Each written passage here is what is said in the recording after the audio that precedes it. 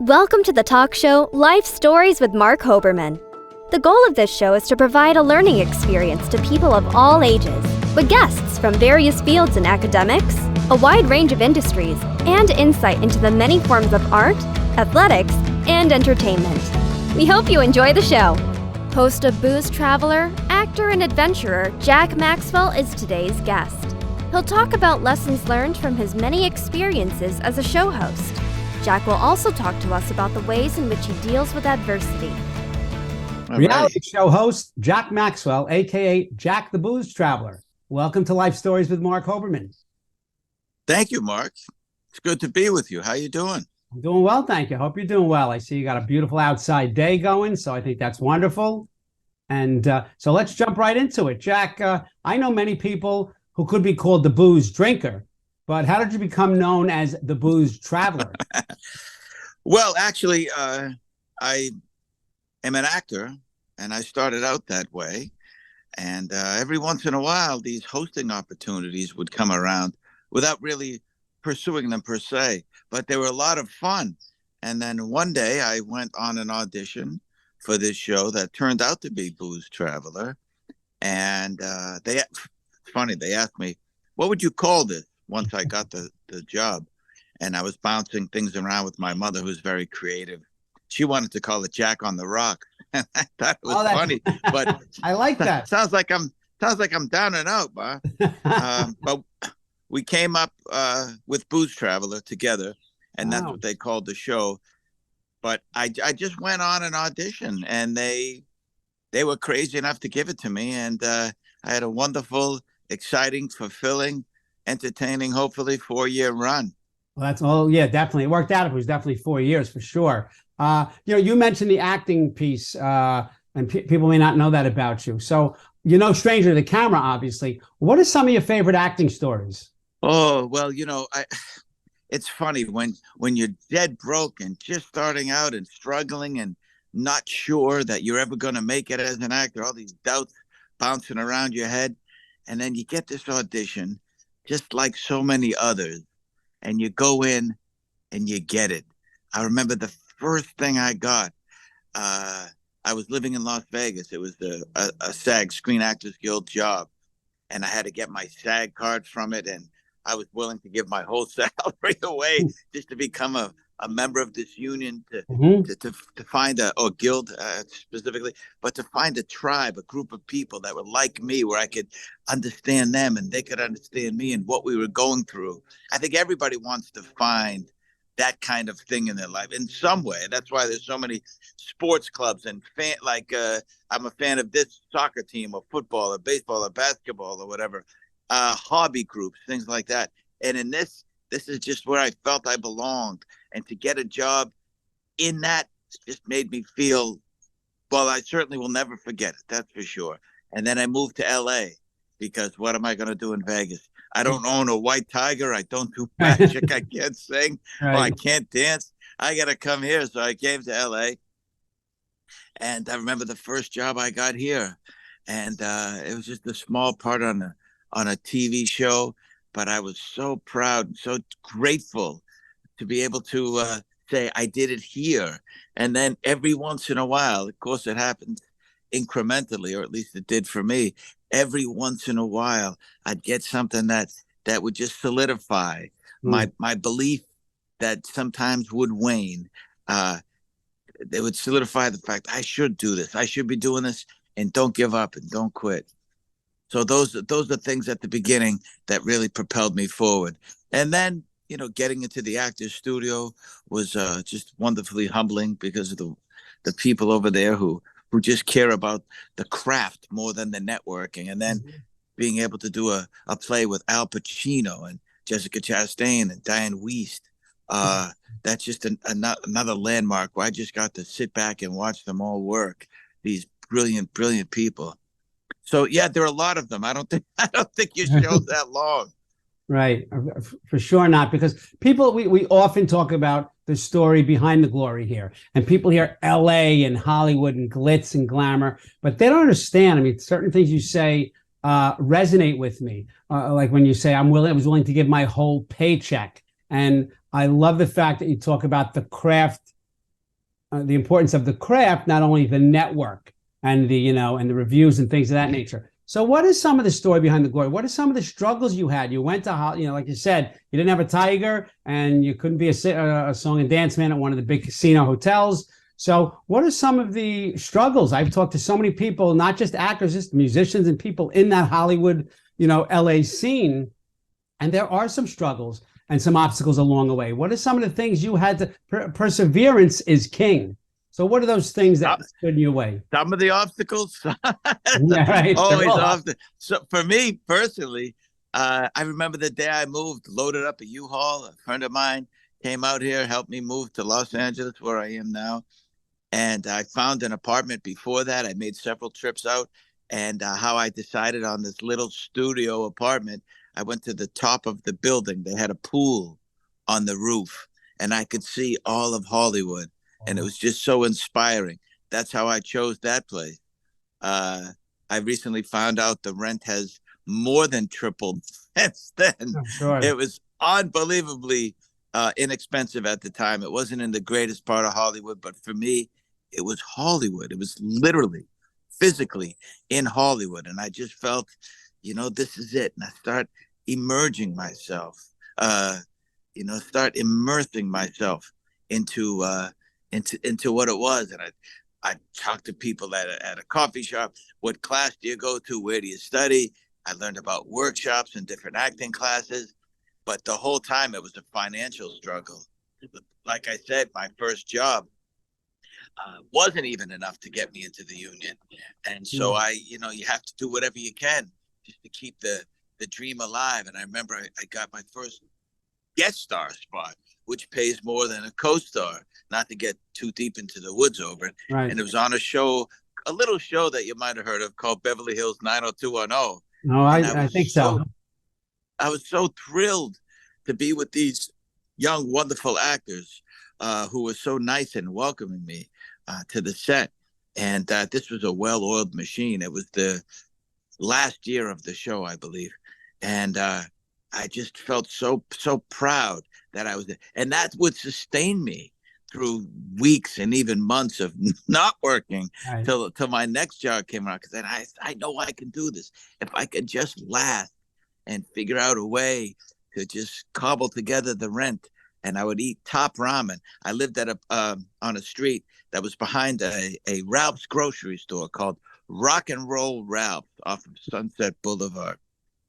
Wow. And I think it was the first Tuesday of the month or something like that, top ramen went on sale. It was 10 for $1. So I would spend like $10 and get 100 of different, and everyone would make a run on the top ramen. If you didn't get there early, man, it was gone. Sure. And I ate it so many different ways with the little spice packet that comes with it. Then I got tired of that. Then it was just salt and pepper, or then it was with hot sauce, taking all the water out after it was done and just making a noodle dinner or a noodle sandwich. I can't cut it with onions in there and carrots and everything else. And all of it was just, it never felt like a struggle. It was the reality of just of math. I don't have enough money. I need to get enough to keep doing this. But I never felt that I was hurt. I was never depressed by my financial situation. I was just driven not to be famous, but just to be around in this community. And it was so exciting to be able to go to acting class, to go to these workshops, to learn from others, to be around them, just to go on a hike with my fellow actors, to staple headshots. We used to staple resumes to headshots and would have a little thing where a bunch of us would get together and do it over a drink or a cup of coffee or things like that. We would talk about the things that were upcoming. And did you hear about this? And there was a thing called Backstage West, where notices would come out looking for actors, and it wouldn't pay much, if anything, but we'd get our resumes right in the mail to them right away and send it off and hope to get an audition. I got some jobs that way. I mean, it's all changed now, of course, for the most part, as everything changes. But I'll just never forget that beautiful, wonderful struggle that made me who I am today. So I didn't mind any of it, but it was a struggle. But that's wonderful. But I'm all about, I'm an educator. in my heart over 30 years teaching. And you rarely, if ever, hear the phrase wonderful struggle. So I just love your whole attitude about that. You know, you did mention acting class and acting school. I remember I had Kevin Sorbo, who played TV Hercules, on the show, and he was talking about going to acting classes and sitting next to some guys by the name of Brad Pitt and Matthew Perry. And he leaned over and said to Brad Pitt, "This guy Matthew Perry is very funny." And then, of course, he got friends shortly after that. So what was it that you needed to learn and you did learn when you went to acting class that helped you hone your craft and do better in the industry? Mostly I would just shut up and watch, just listen, Right. just pay attention to what the good teachers say. There are some bad ones out there, Oh, too many of them for sure. But just to watch the people who you understood, knew what they were talking about, and they would help you along without trying to break you down or on the other side compliment you too much just to keep you in class, because classes were always very expensive in a relative sense anyway. So I would just watch good work and really good critique, and I'd say, oh, that's an interesting way to look at it. And then 20 years ago I got into the actor's studio, and the beautiful thing about that is everyone volunteers their time. So there are great people like Mark Rydell and Martin Landau and others who just take young actors under their wing. It's hard to get into, of course, but once you do, it's free for the rest of your life. You become a lifetime member and you watch really good acting and even better critique. And you say, okay, that's what it is. It's not a teacher trying to keep you in class or working out their problems on you. It's really about the craft, but it's free.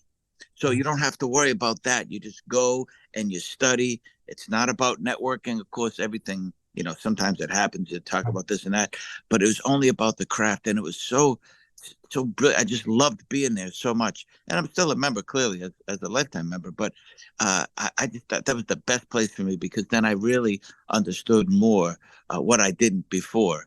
And it's all about the work and not putting what you think should go on it. Of course, you have to interpret the script and scene study and all of that.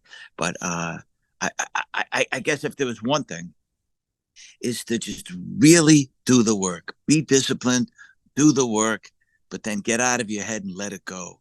Trust that you're enough, because you're the only one who will interpret the work that way. Don't try to be like someone else. Don't do an impression. Don't try to figure out what the casting director or the director wants. It's virtually impossible, even when they describe it on the breakdown. Bring your own unique characteristics to it, your own interpretation. And if that doesn't work, then maybe you think about it and say, why isn't it working? But it can't be results based.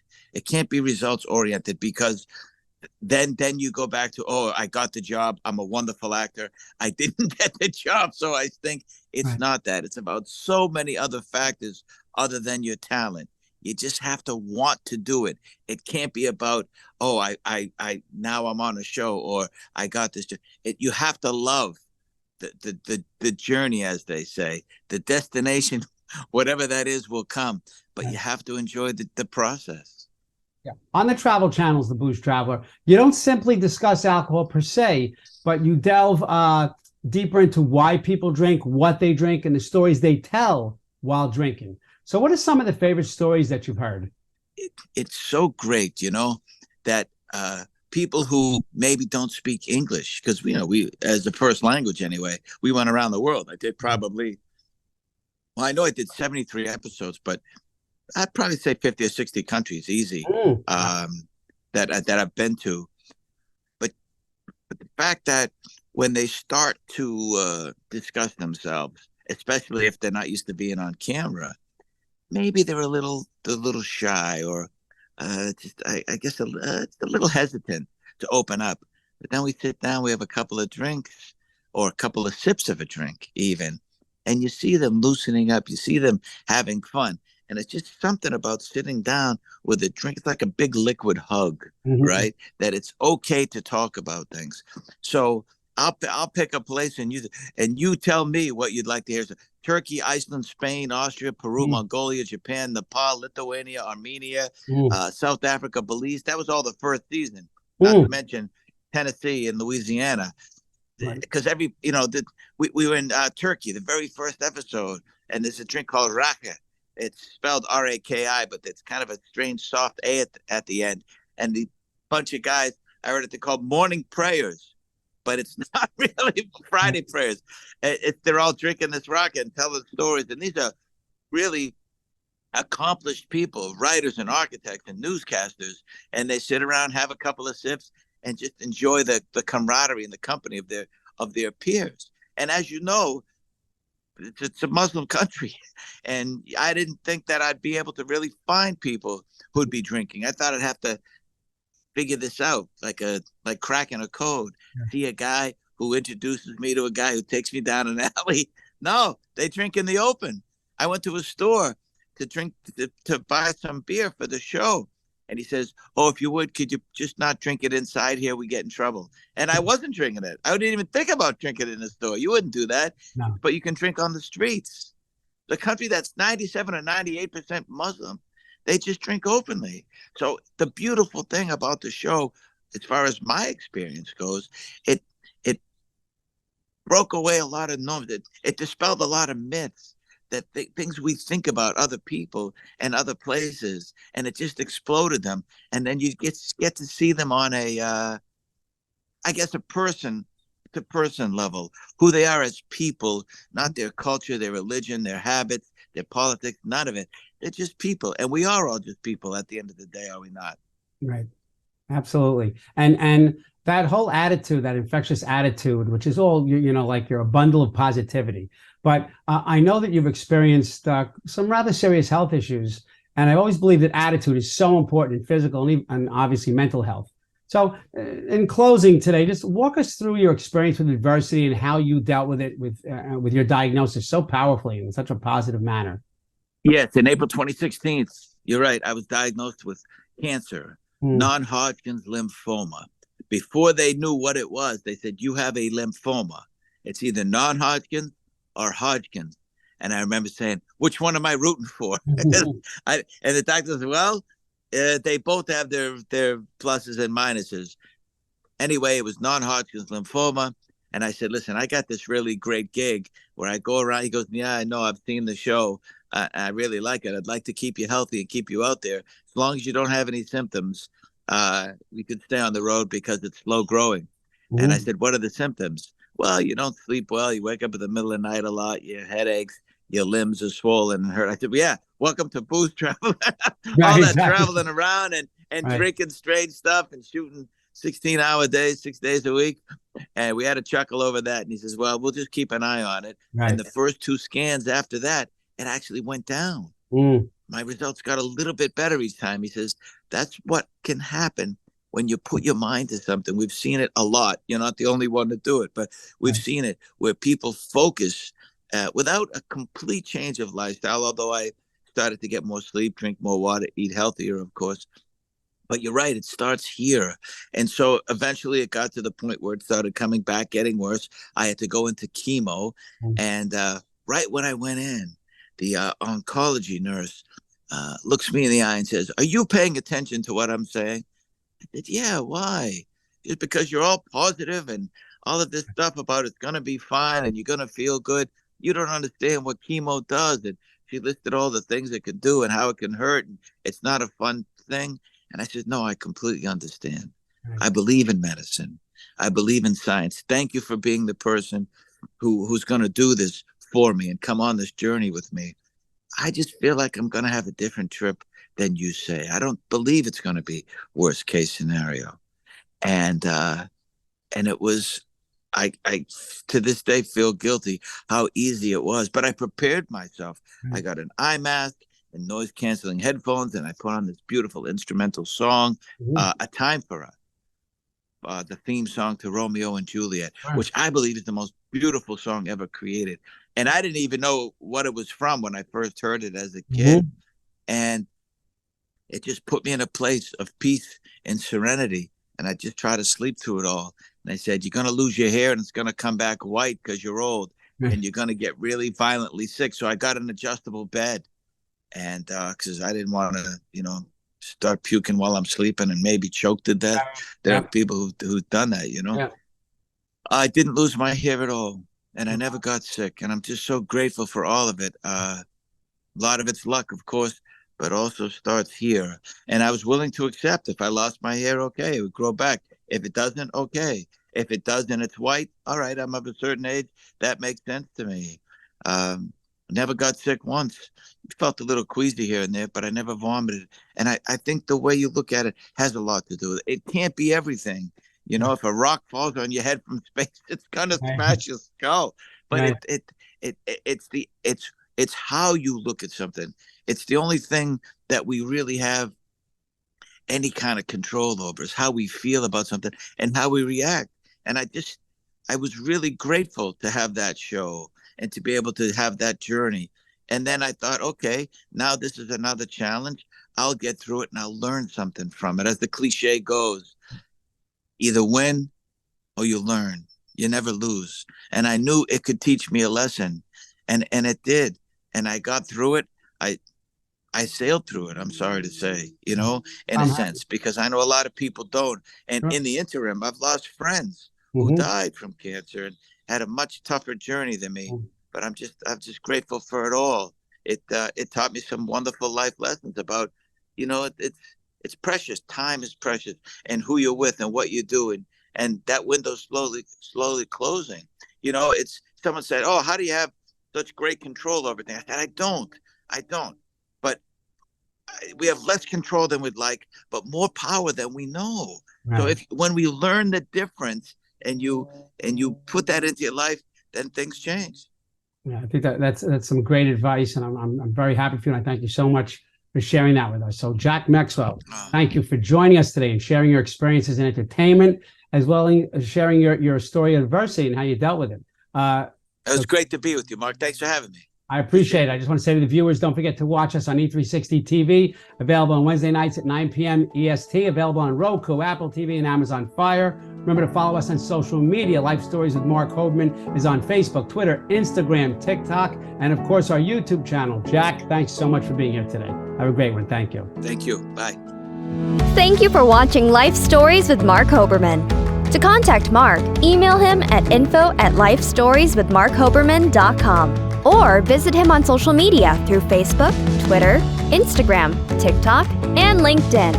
Thank you for watching Life Stories with Marc Hoberman.